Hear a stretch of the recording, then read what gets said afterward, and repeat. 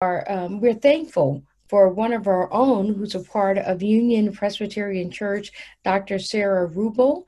She's a member of Union Presbyterian Church in St. Peter's, and so we are very happy to have her. We've been publishing information, and so she'll tell you a little bit more about herself and her background. But at this time, we're turning it over to you, and thank you so much for leading us this morning in our conversation. Absolutely. Well, thank you all for coming here. I'm going to now do the scary share your screen. So we're just going to hope that that works. All right, share. Okay. Am I sharing a screen? Yay. All right. I always like it when, you know, things kind of work.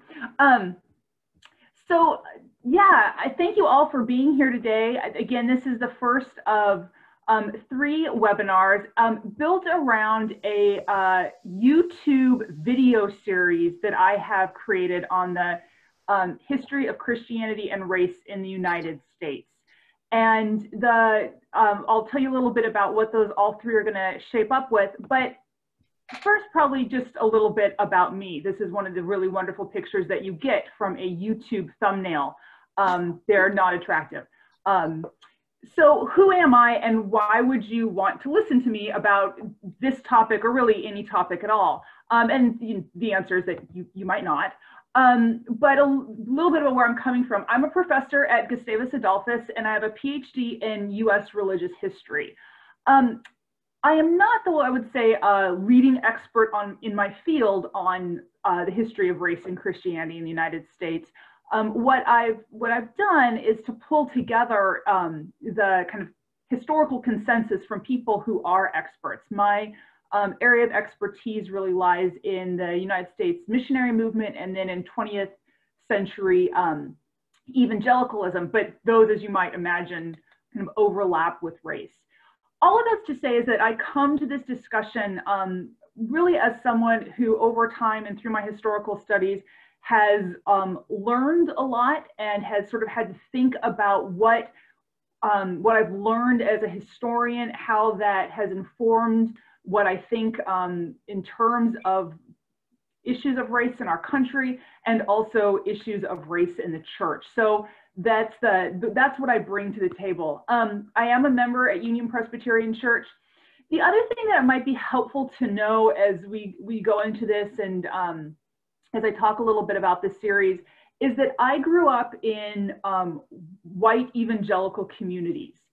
With a kind of a caveat, I grew up in a very kind of specific kind of white evangelicalism in Seattle, Washington, which turns out to maybe be not normal evangelicalism, but I grew up sort of on the outskirts of maybe what's more kind of typical evangelicalism, which means that I grew up, at least in conversations with, I think, a religious movement that I think as a historian, I feel fair to say, struggles greatly with the topic of race.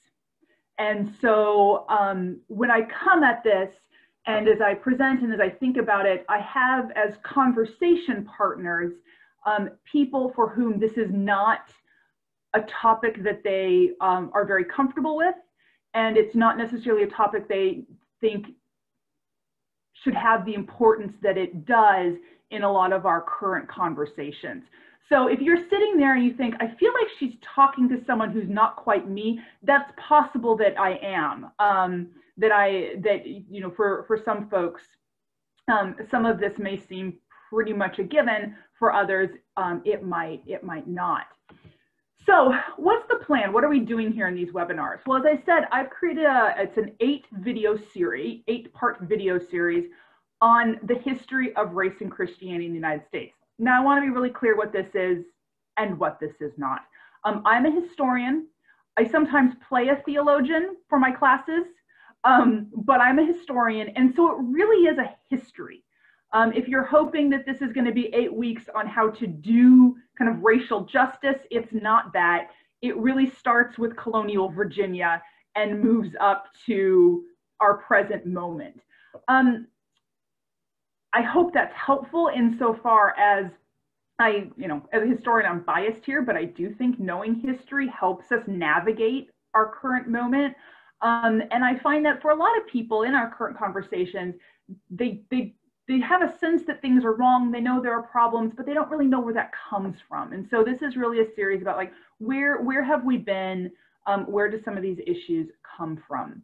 The videos range from 20 minutes to 30 minutes. And there's an accompanying curriculum if you want to use it in a church. And that's all available on my website, the immodestly and somewhat embarrassingly named sarahruble.com. So the plan is that today we're going to kind of do an introduction,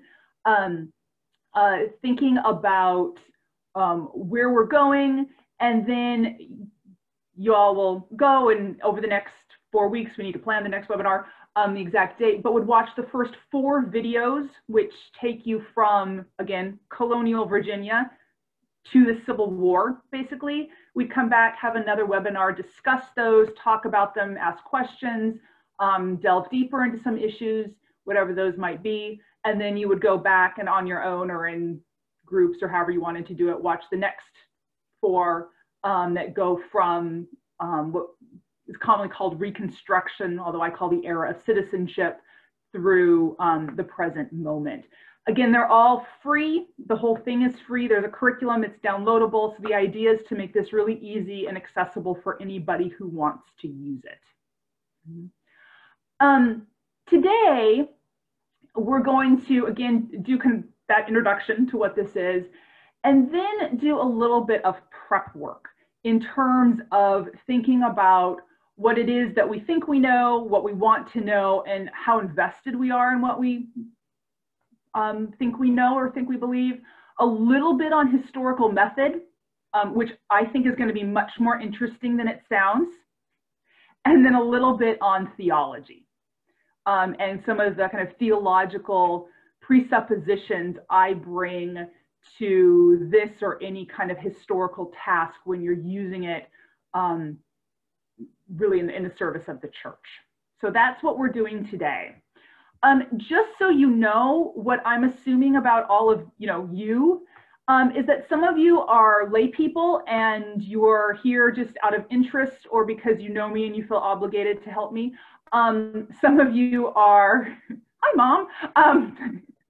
Yeah, some of you are pastors who are thinking about ways to have these discussions in your congregation or just sort of personally interested.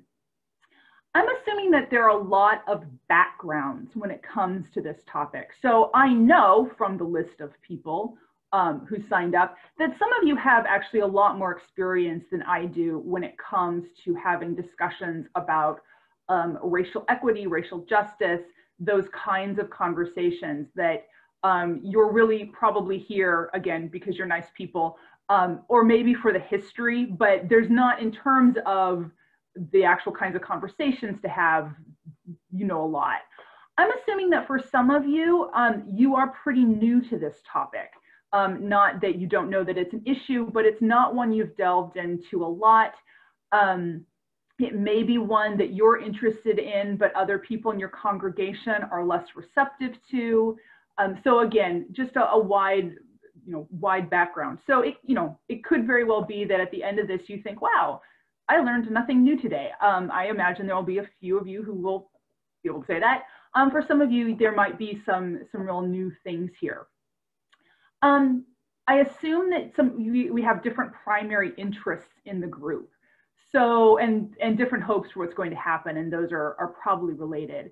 I'm going to guess that some of you would really hope that this is going to be like a 55-minute lecture. That may only be 2 of you, but there might be some of you who just want information, right? We like, just like information.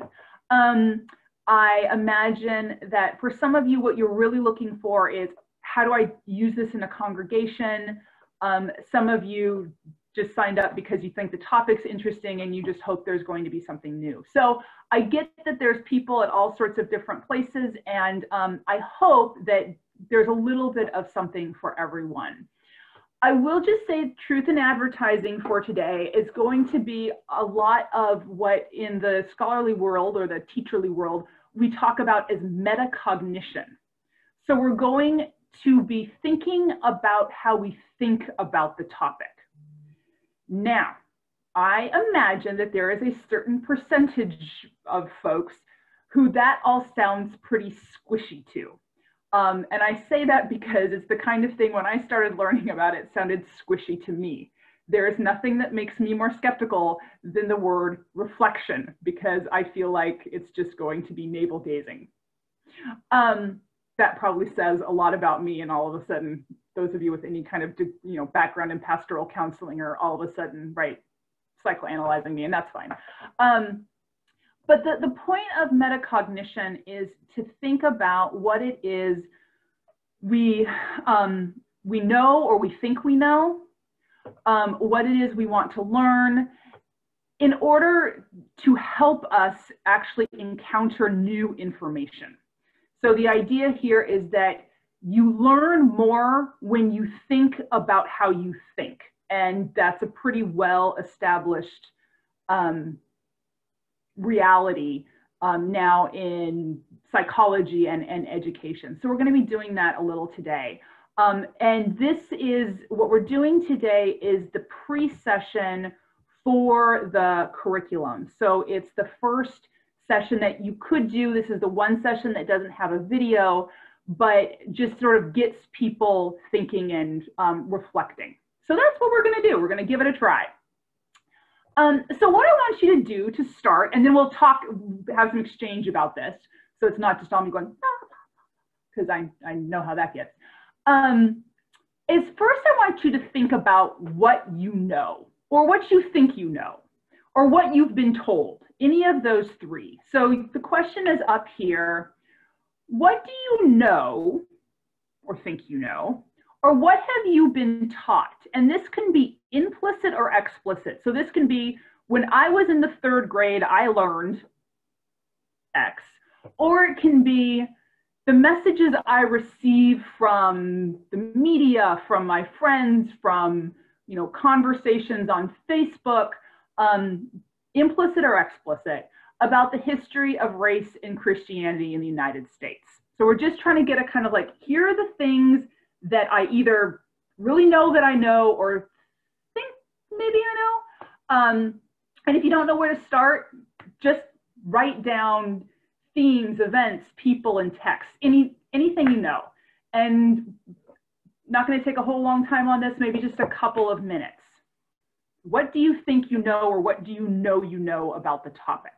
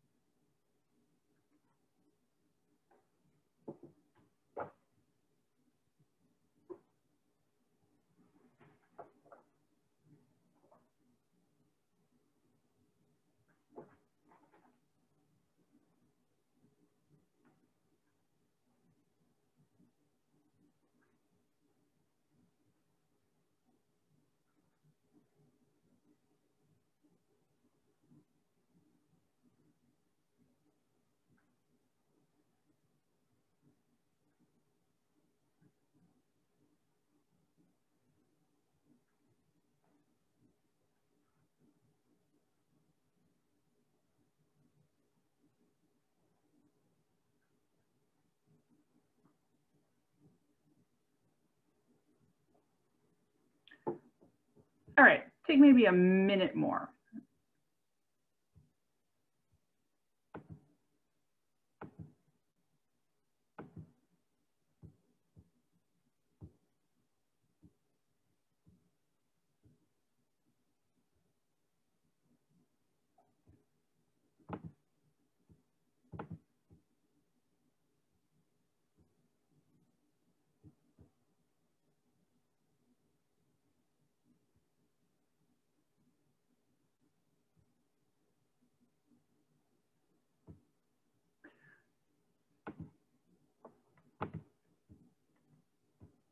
Okay, so now we're going to try the wonders of technology. We're going to see how this goes in multiple ways. So this is where I think we're going to use the chat. So if people want in the little chat screen, have that, put one thing, and you can say, this is something I know, this is something I think I know, this is something I was, taught in the 3rd grade. And we're going to kind of start a list, okay? Just for fun, see where this goes, okay? And I'm going to try the scary annotate button in, okay. So people got that, the chat feature, writing something. And I actually, interestingly enough, not sure I can see that. So I may need someone to tell me what's being written down.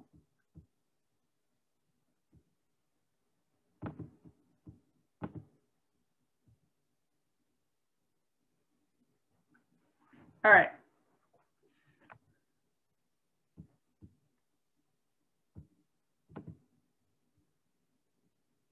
Oops. Sorry. All right, do we have some things in the chat that someone can tell me about? Since I, for some reason, sharing my screen, I'm not able to see the chat. Or unless I can. Oh, actually I can. Never mind, I take that back. All right. Can everyone see the chat that I'm putting up here? All right. So I'm just going to start reading in a few little comments. 11 a.m. on Sunday is the most segregated hour in America. A quotation that comes up a lot, but certainly famously said by Martin Luther King Jr. And we'll talk about that and where that sociological reality that also is a theological issue comes from. Yes, race is a social construction and not biology, meaning that race is not a biological reality, and we'll talk about that. I know it's wrong. Good. This is helpful. That the church is complicit in racism. Yeah, that we, and the series will talk a lot about that complicity and the various ways that it came from. Watching the series Roots opened up a completely different perspective on slavery from what I was taught in school. Very interesting. And this, I think, is something we'll probably come back to in various ways.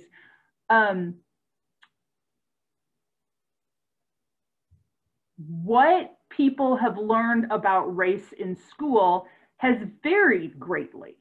And I think for a lot of people, what they were taught in school was not necessarily about accuracy so much as creating a picture of a country that people wanted to believe was true. And so we'll have to think through that a little bit.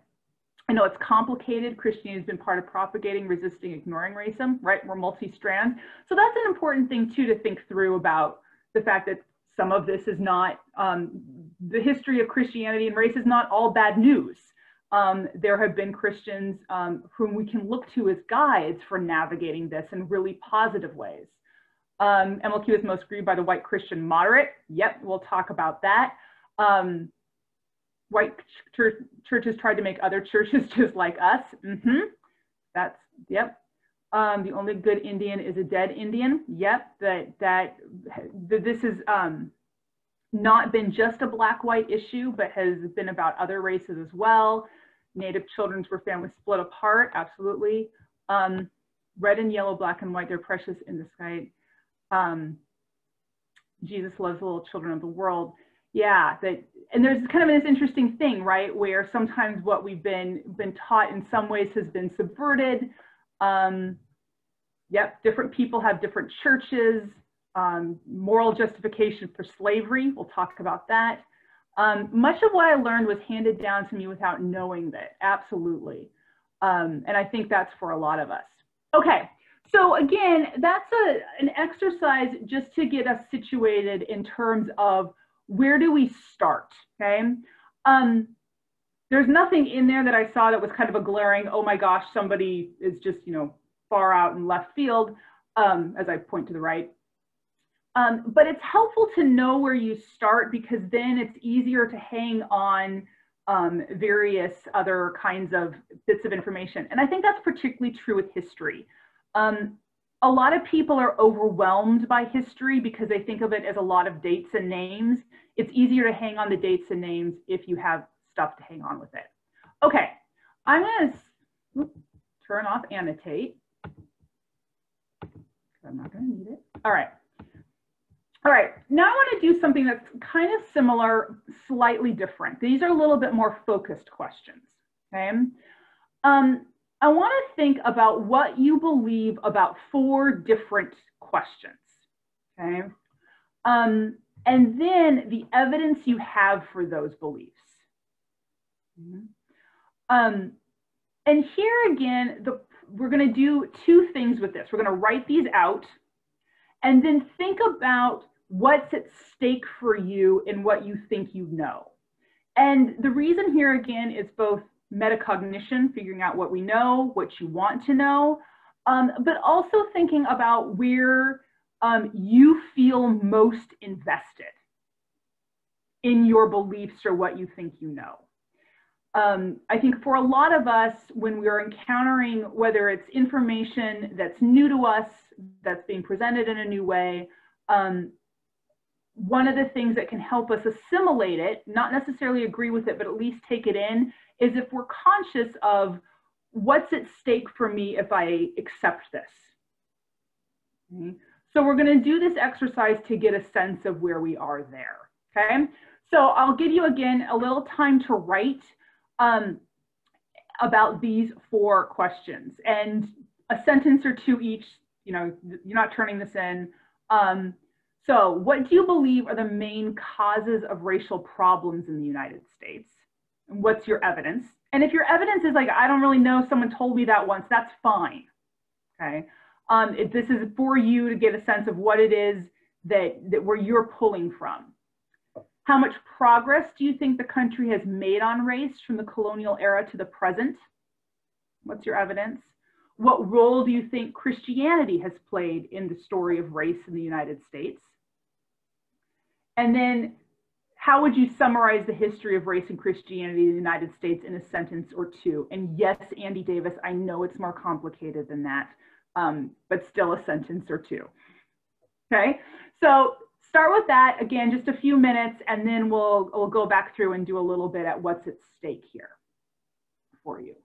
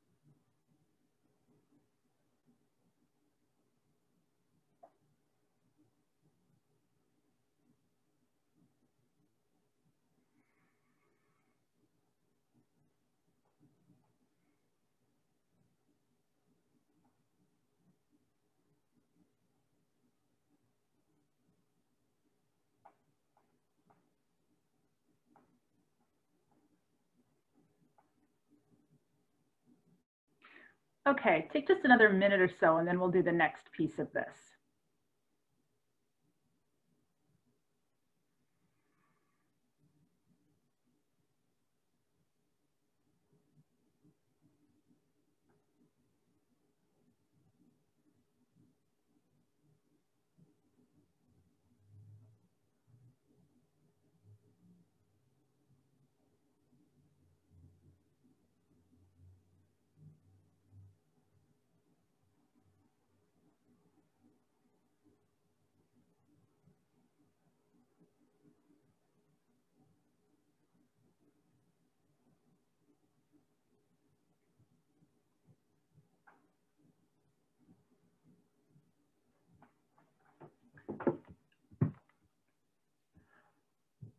All right.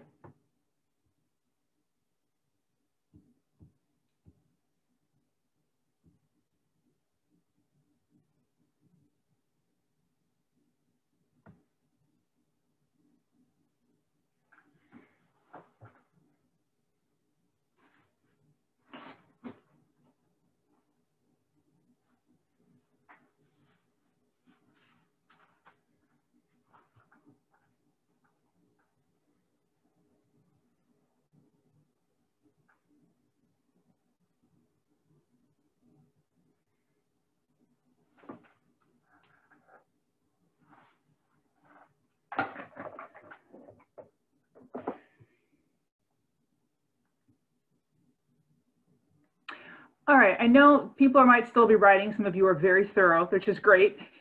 But I'm gonna go on to the next piece. Again, this isn't school. If you haven't finished, don't worry. But just to kind of keep us on track. What I want you to do now is to think about, if for each of those four, or the ones you completed, what's at stake for you? Meaning, how much would encountering solid evidence that challenged what you believed affect you? Now, I want to be clear, the goal here is not the lowest number. So to assign this, you may have really, really good reasons for your beliefs founded on really strong evidence. That's fine. The point is simply to do the exercise to see kind of where for you there are really deep things at stake. And then we'll talk a little bit about places where your sense of what's at stake and the import of you might or might not be mismatched with the amount of evidence that you have for what you believe, if that makes sense. Okay. So these numbers are whatever you read into them. So on one is basically, look, if I found out that there was solid evidence that challenged what I believe about this question, wouldn't surprise me, wouldn't bother me at all. No big deal. Two, encountering solid evidence that would challenge what I believe about this question would surprise me a little. Like, I thought I was right about this, but I wouldn't be deeply concerned. I could give up this belief or change it, nuance it without a whole lot of difficulty. Three is encountering solid evidence that would challenge what I believe about this would surprise me and would be difficult to assimilate because of what it would mean for how I understand myself, my experiences, my faith, and or my country. And then four, encountering solid evidence that would challenge what I believe about this question would surprise me. And I would basically be unwilling to assimilate it because of what it would mean for how I understand myself, my experience, my faith, and or my country. So just go through those real quick, go with your gut, right? Look at what the questions that you answered, and then where are you in terms of what's for stake? Again, recognizing the point here is not low numbers. The point is figuring out kind of where you are on these questions.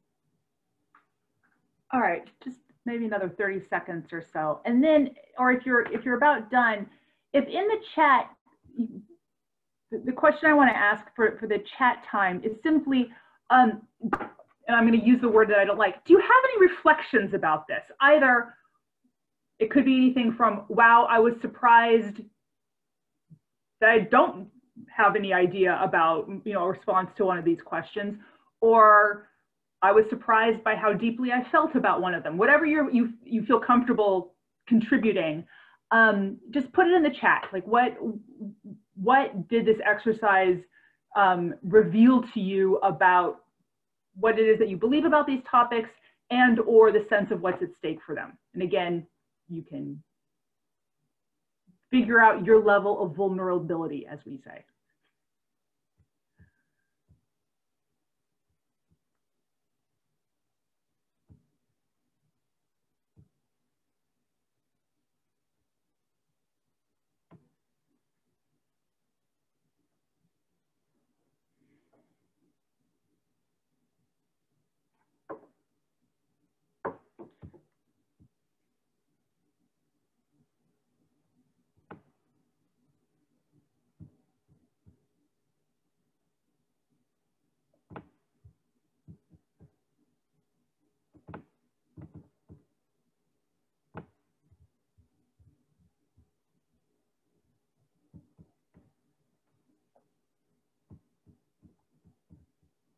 All right, we're starting to put things in chat.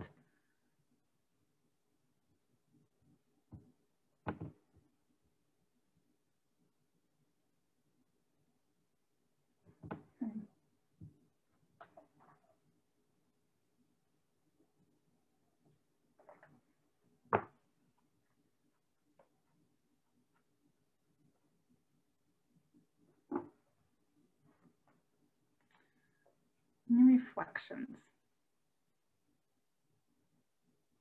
Right. So this is a good, when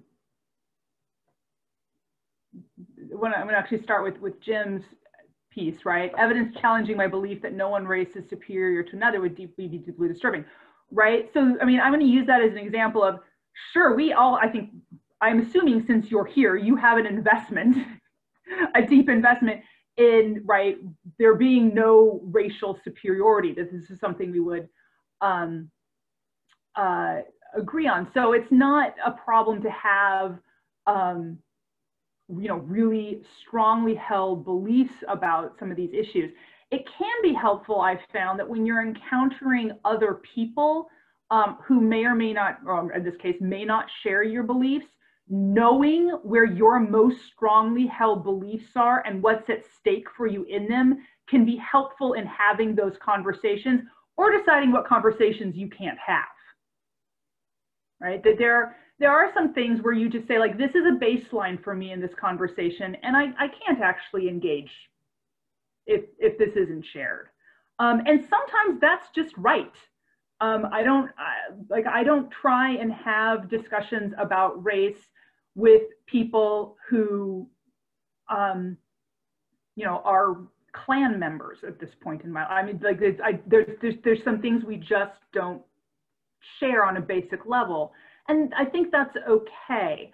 So I think knowing that, what are those things for me to which I am so committed that it would be hard. But also then, right, for some of you all, here's Andy, I know that I don't know many of the details of the history of Christianity and race, and I think I'm sometimes resistant to learning because I'm afraid of what I'll find, right? That sense that for those of us who are part of the church, finding out where the church has been wrong or where it's done things that have been harmful can be very difficult, and can really throw our sense of ourselves, our communities, and what in many cases we've committed our lives to off. And it's important to recognize that and I would say for those of you who are pastors who are having some of these conversations in your churches, that's a big deal for a lot of people when they find that the church has been complicit in racism. Part of what's going on for some folks is the sense of, yeah, but I've spent hours and hours and, you know, countless thousands of dollars, and you know, my life is embedded in this thing that now you're telling me is deeply complicit in this really bad thing. And that's a really hard, it's a hard moment. And so being aware that that might be at stake for somebody, right? If I find out that the church is complicit in racism, then I have a hard time understanding this huge component of my entire life is useful in helping people navigate these conversations, right? That's, you know, what I don't know why I've gotten up so early every Sunday morning. I mean, I could have been sleeping in if this is the truth, right?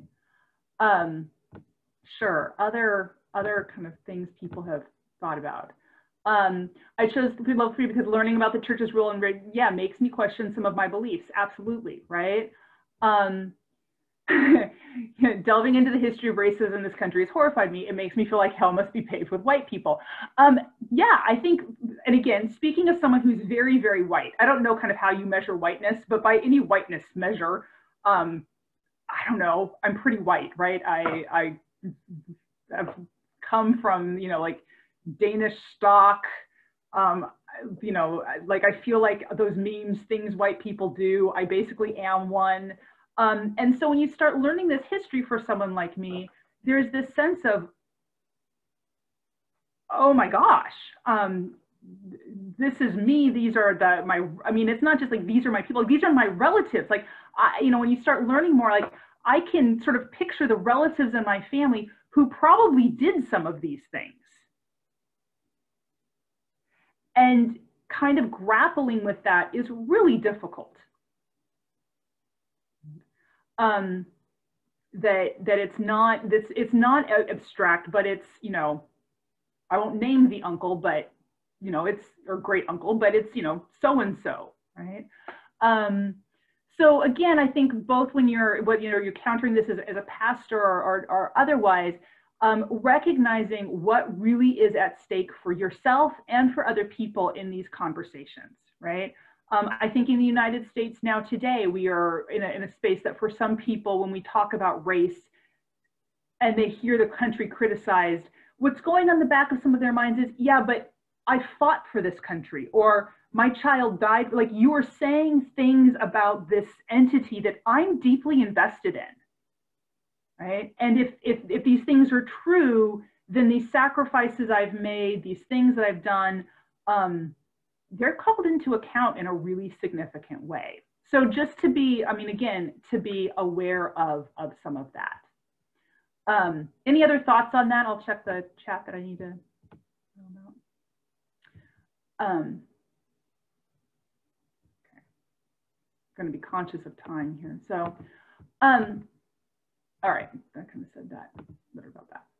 So I'm going to say just a little bit of about history, but before I do that, I want to close that piece of it by saying the thing that I don't go too much into the curriculum, because I assume that if you're going to be using it, that this is, I put this in the leader's guide, but I think it's important, is that one of the advantages, possible advantages to talking about race in church is that, as we say in the Presbyterian confession, right, in life and in death, we belong to God. And that one of the things ideally that does is it says, if I'm being challenged as, as a white person, or as the child of European immigrants, or as, somebody whose family, might have gotten advantages from redlining or whatever it is, that ultimately my identity is, according to our theology, in God, which ideally should make me able, or help me be able, to learn hard things about myself, about the past, about the country's past, and that the church can hold that in a way that I think a lot of times conversations in our larger secular kind of environments, I don't mean secular as a pejorative, just non-church environments can't. Grace is hard for a lot of places outside the church, just because there aren't clear mechanisms for it, right? But in the church, we can talk about things like sin. and the ways that that really does affect our lives.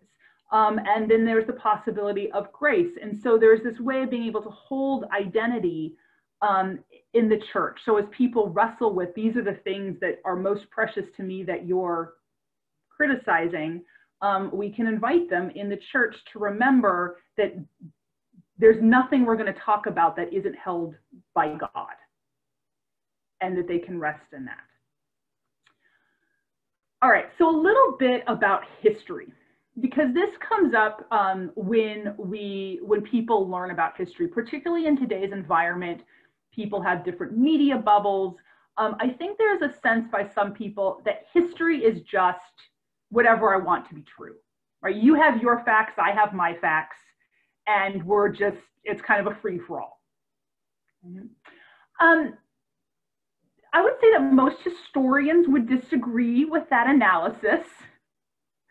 But what is true is that, and I'm stealing this from one of my college professors, he probably stole it from somebody, is that history is competing true stories of the past. So what historians are always trying to do is to figure out what the evidence means. And sometimes you can tell two stories based on the evidence that, if not in direct conflict, at least challenge each other. When that gets put out into the general public, people sort of think that that means nothing is true. For historians, it just means, wow, I can write another book and maybe get tenure.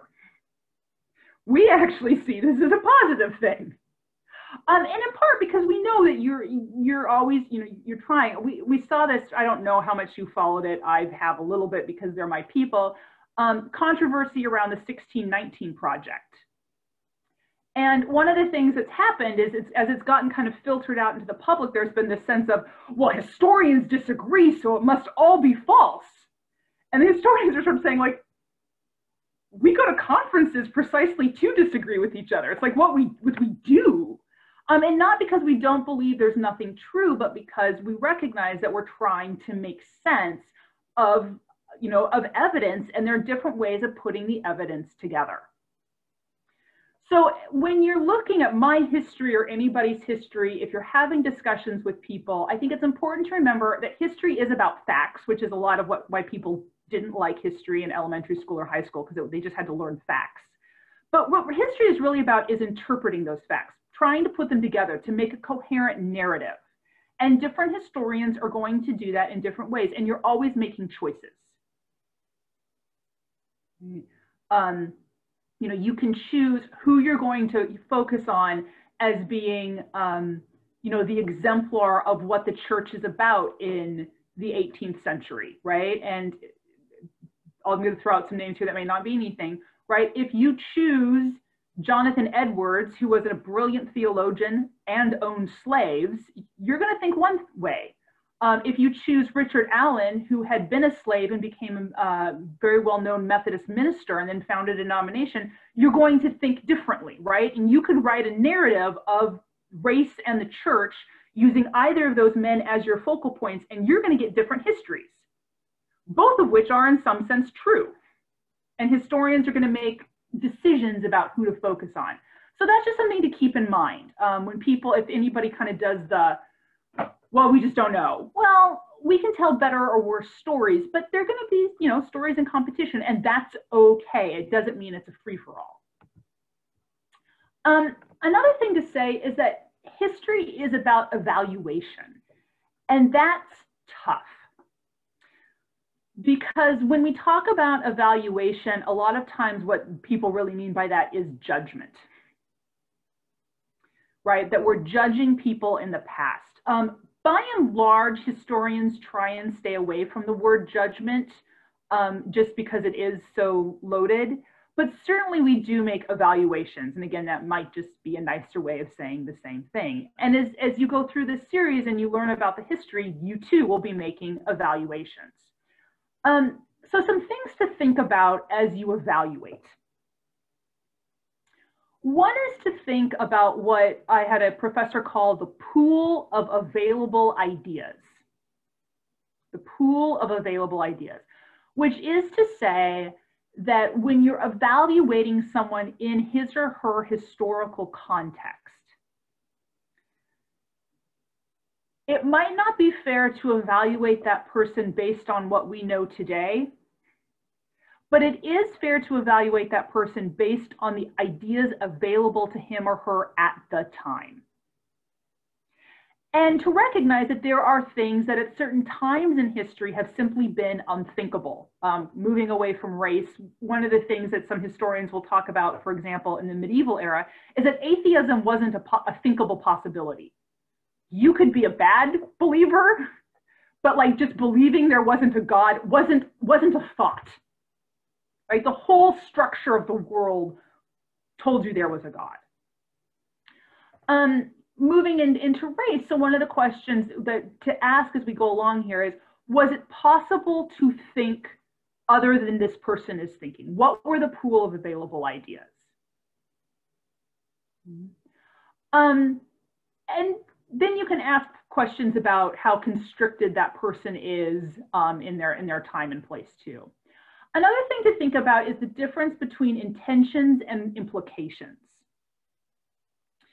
I think a lot of times when I'm in conversations with people about history generally, but racial history in particular, and people kind of get their backs up, one of the things I'll hear is that, well, people didn't, so-and-so didn't intend for that to go badly. And that might be true. It might not be true, but it might be true, right? They didn't know that policy was going to go badly, or they didn't know that, this would be the outcome. It's still fair, I think, to talk about implications, however. That whatever somebody intends, what actually happens might have been harmful. And that it's okay to talk about the harm that people didn't intend, because it still happened to somebody. Again, that's a hard one for me because it forces me to think about all the things that I do that I like to think are well-intentioned that might have harmful implications for somebody, right? It holds up that mirror in a way that's really unpleasant. But I still think it's historically valid. It's okay to say this person, I'll use an example. There's a recent book out on called Stamped from the Beginning about the history of race in the United States. And the writer talks about William Lloyd Garrison, right, famous abolitionist, as having some very racist ideas. Did William Lloyd Garrison intend to have racist ideas? Quite probably not. But in the ways that he talked about Black people sometimes, did he suggest that really the goal was to become more like white people? Quite possibly. And that has implications that we can talk about. The final thing I'll say about history is, on this page, is the problem of historical empathy. Figuring out who in history we're supposed to empathize with. And I think I will just say, as a white person, this is one I have to be really careful about.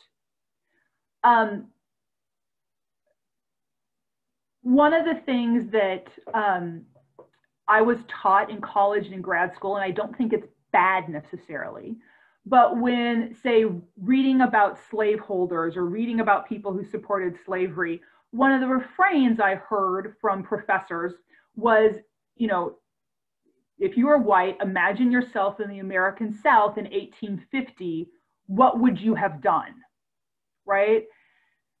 And it was a way of trying, I think, to get people to be honest about what it means to live in a culture, how enculturated we can be, and all of that. And I think there's some validity there. The problem becomes then when you don't make the next move and say, okay, but I should also have empathy for the people whose children were being sold away from them. That one of the problems of historical empathy is I can have a lot of empathy for the people who kind of seem more like me or whose positions I can imagine myself being in. And I forget to have historical empathy for the people who were not like me and whose positions I can't imagine myself being in. And then I downplay what they suffered. An interesting example of the good way to do this to me is, again, Frederick Douglass. Um, Frederick Douglass spoke after Abraham Lincoln's death. And Frederick Douglass was not always a fan of Abraham Lincoln. Abraham Lincoln was, Frederick Douglass said, slow in many ways to recognize the problems with the project of colonization, of sending Black people back to Africa. He was slow to recognize that Black people should be able to serve in the army on an equal basis with whites. He was slow towards the Emancipation Proclamation, right? Frederick Douglass recognized all of this. And then he said, given the man's constraints, however, I can see why he acted as he did. So doing the thing of both saying, here were the real problems, and here was the reality in which he was operating, and I can talk truthfully about both of them. Without just kind of saying, well, Abraham Lincoln was, you know, the president who passed the Emancipation Proclamation, so I can say nothing ill of him, or saying, I will only speak ill of him. Here's the full story, says Frederick Douglass. All right. So where does that leave me as a historian? I think it means, and I'm going to go down to the second one here, as a Christian, I need to be careful about what project I'm involved in when I think about history. I think for a lot of people in America, history is used for the project of telling our nation that we're good. And I get that project, right? That's a pretty common national project. We're not alone in that as a nation. But it's not necessarily a truthful project, or truth is not the goal of that project, right? If it happens to be true, that's great, but that's not the goal of it. So as a Christian, I need to figure out what project I'm involved in when I think about history. Ideally, I think the project I want, or the project I want to want, it would be good if I wanted, is the project of thy kingdom come, on earth as it is in heaven. And that means telling the truth.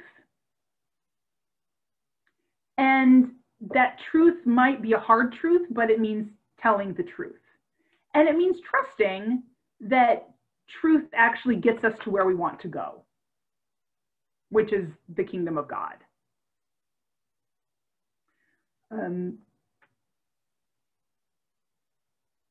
But it's good to ask myself, you know, what's the project I'm involved in? Am I trying to make myself look good? Am I trying to make my country look good? Or am I trying to really get at truth? What's my project?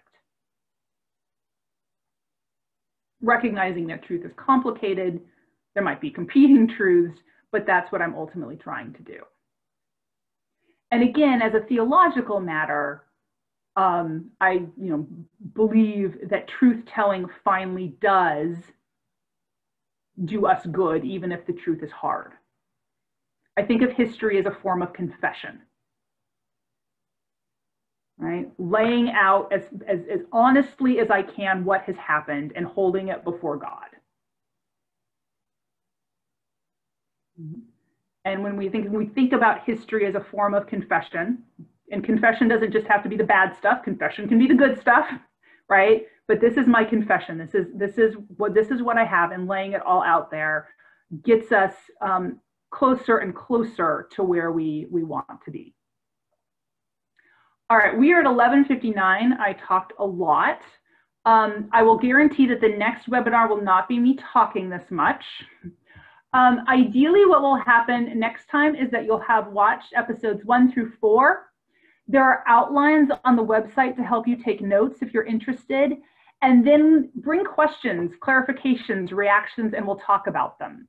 If you have questions or things you want me to talk about next time and you want to send them to me while you're thinking about it, my email is sruble@gustavus.edu. But that's the plan for next time, is really just a conversation about what you saw, what you learned, things you want clarified, amplified, things that you've heard differently, whatever it is, and we'll talk from there.